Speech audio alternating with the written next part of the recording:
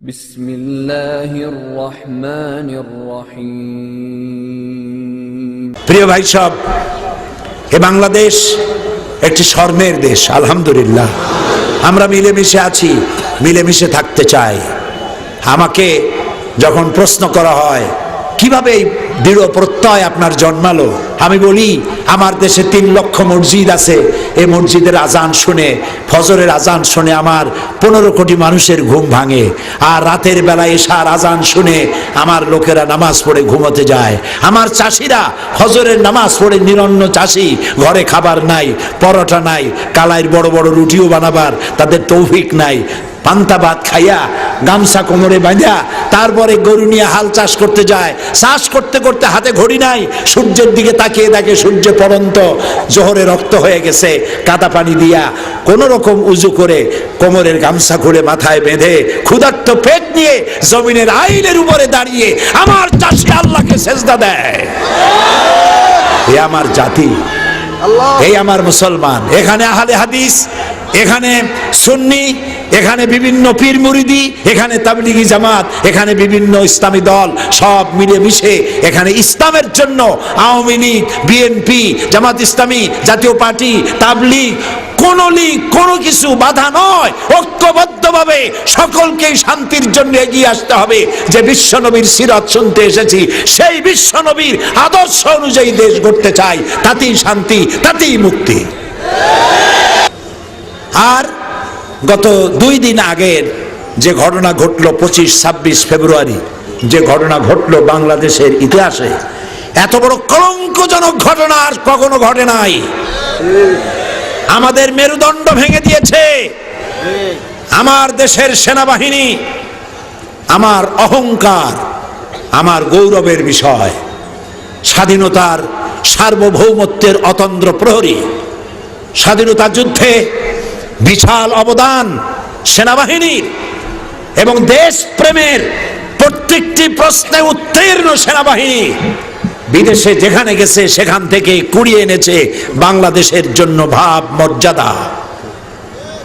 আমার সেই সেনাবাহিনীর ব্রিগেডিয়ার, জেনারেল, কর্নেল, ক্যাপ্টেন, এত অফিসার মারা গেল। পৃথিবীতে কোন যুদ্ধে, পৃথিবীর ইতিহাস বলে না, পৃথিবীর কোন যুদ্ধে এত অফিসার মারা গেছে ইতিহাস নাই। বাংলাদেশের অপূরণীয় ক্ষতি হয়ে গেল। বিডিআর আমার দেশের সীমান্ত পাহারা দেয়, বুকের রক্ত দিয়া, জীবনটা দিয়া পাহারা দেয়। পাখির মতো প্রতিবেশী দেশের গুলি খাইয়া মরে যায়, তারপরেও সীমান্ত প্রহরায় রত বিডিআর।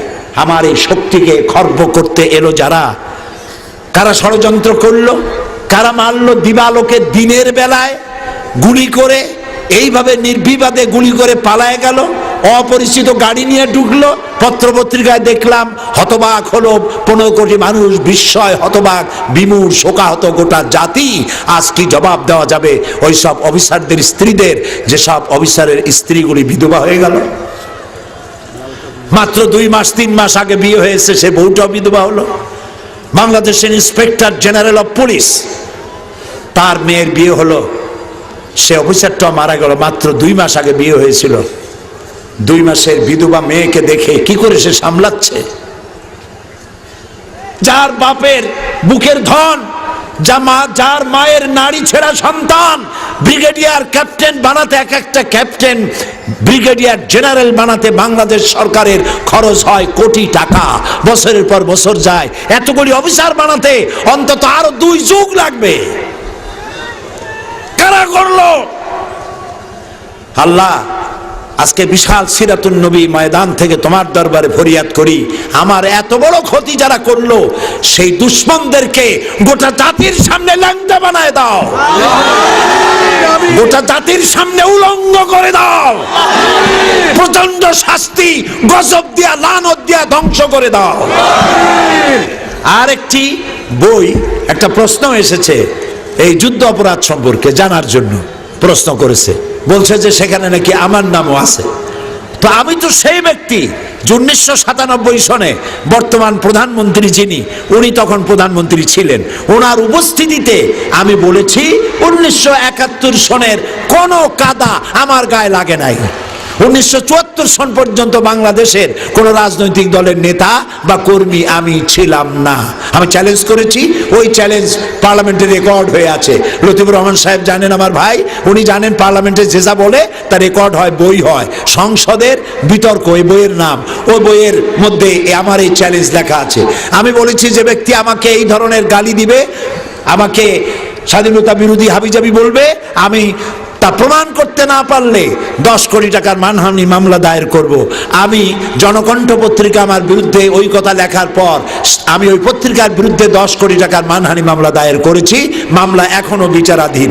এরপরে যুদ্ধাপরাধী বলা হয়েছে।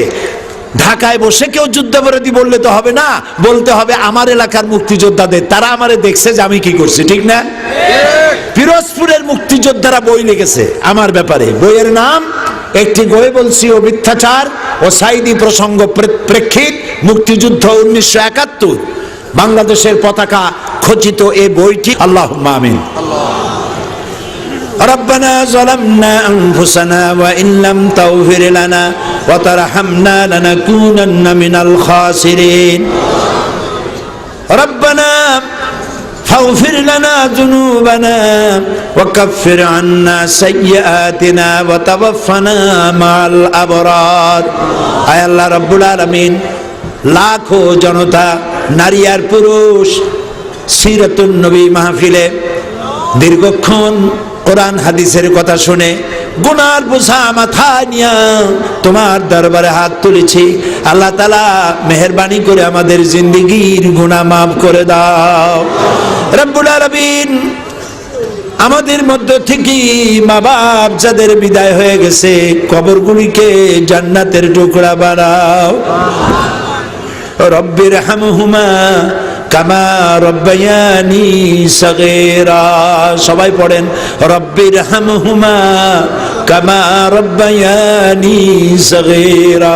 আবার পড়েন রব্বির হামহুমা কামা রব্বায়ানি সগীরা।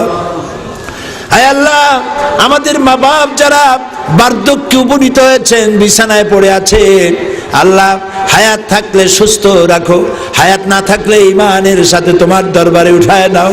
বিছানায় ফালাইয়া আমাদের বুড়া মা বাপকে কষ্ট দিও না রব্বুল আলামিন।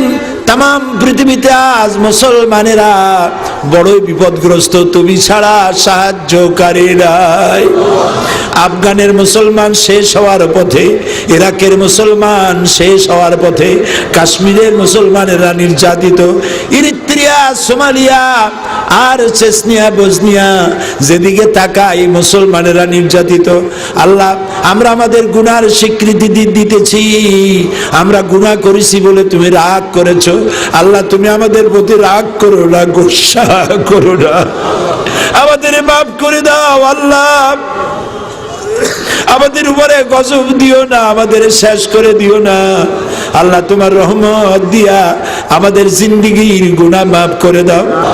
আয় আল্লাহ রাব্বুল আলামিন, এই জমিনে তোমার কথা কারা বলে, তোমার জন্য কারা জীবন দেয়, তোমার জন্য কারা জেল খাটে, তোমার জন্য কারা জরিমানা দেয়, তোমার জন্য কারা রাস্তার উপরে পিটান খায়া মরে, তুমি কি সেই বান্দাগুলিরে চেনো না? আল্লাহ, তুমি দয়া করে তোমার কথা যারা বলেন, এই জমিনে তোমার দিন কায়েম করতে যারা চান, আল্লাহ তুমি দয়া করে তাদেরকে তোমার রহমতের চাদরটা দিয়ে ঢাকা রাখো। আল্লাহ তাআলা, তোমার আরশ থেকে তুমি তাকায় দেখো, চাঁপাই নবাবগঞ্জের এই লাখো মানুষ মাহফিলের কর্তৃপক্ষ বাস ভাড়া দিয়ে আনে নাই, ট্রাক ভাড়া দিয়ে আনে নাই, রিক্সা ভাড়া দিয়ে আনে নাই। মাহফিলের পরে কারে কিছু খাইতেও দেওয়া হবে না, যার যার খরচ দিয়া কষ্ট করে তোমার নবীর সিরত জানতে এসেছে। বাবু, খালি হাতে কাউকে ফিরাইয়া দিও না।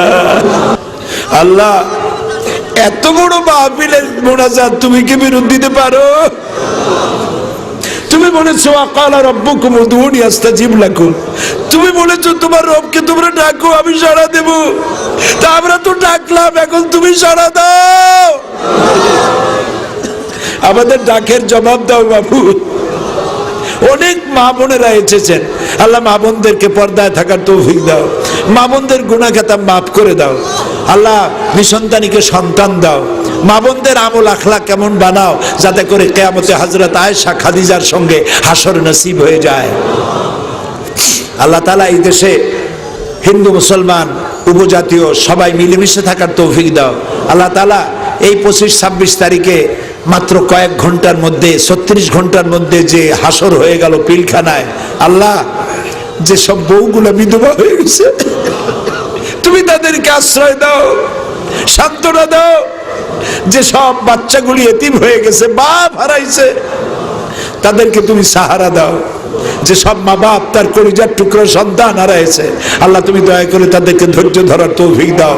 আমাদের দেশের, আমাদের জাতির এই অপূরণীয় ক্ষতি আল্লাহ তুমি পূরণ করে দাও বাবু। আমার দেশের সেনাবাহিনী, বিডিআর, আনসার, পুলিশ, র্যাব একই মায়ের পেটের ভাইয়ের মতো আল্লাহ তুমি গড়ে তোলো। আবার এই অভাব পূর্ণ করে দাও। আমাদের সীমান্ত অরক্ষিত যেন থাকে না। আমরা এমনি গরিব ছোট্ট দেশ, আল্লাহ শকুনেরা লুটপাট করার জন্য চতুর্দিক থেকে তারা জিহ্বা বিস্তার করেছে। আল্লাহ তুমি দয়া করে আমাদের দেশটারে হেফাজত করো। 3 লক্ষ মসজিদের দেশ, 15 কোটি মানুষের দেশ, তারা তোমার সেজদা দেয় বাবু। এই দেশটা তুমি ধ্বংস করে দিও না বাবু। আল্লাহ তাআলা যা চাইতে পারলাম না, তোমার রসুল তোমার কাছে যা যা চেয়েছেন আমাদের সেগুলো দাও। তোমার রসুল যেসব জিনিস থেকে তোমার কাছে পানাহ চেয়েছে আমাদেরকে সেসব বিষয়ে পানাহ দাও। আল্লাহুম্মা ইন্না নাজআলুকা ফি নুহুরিহিম ওয়া নাউযু বিকা মিন শুরুরিহিম।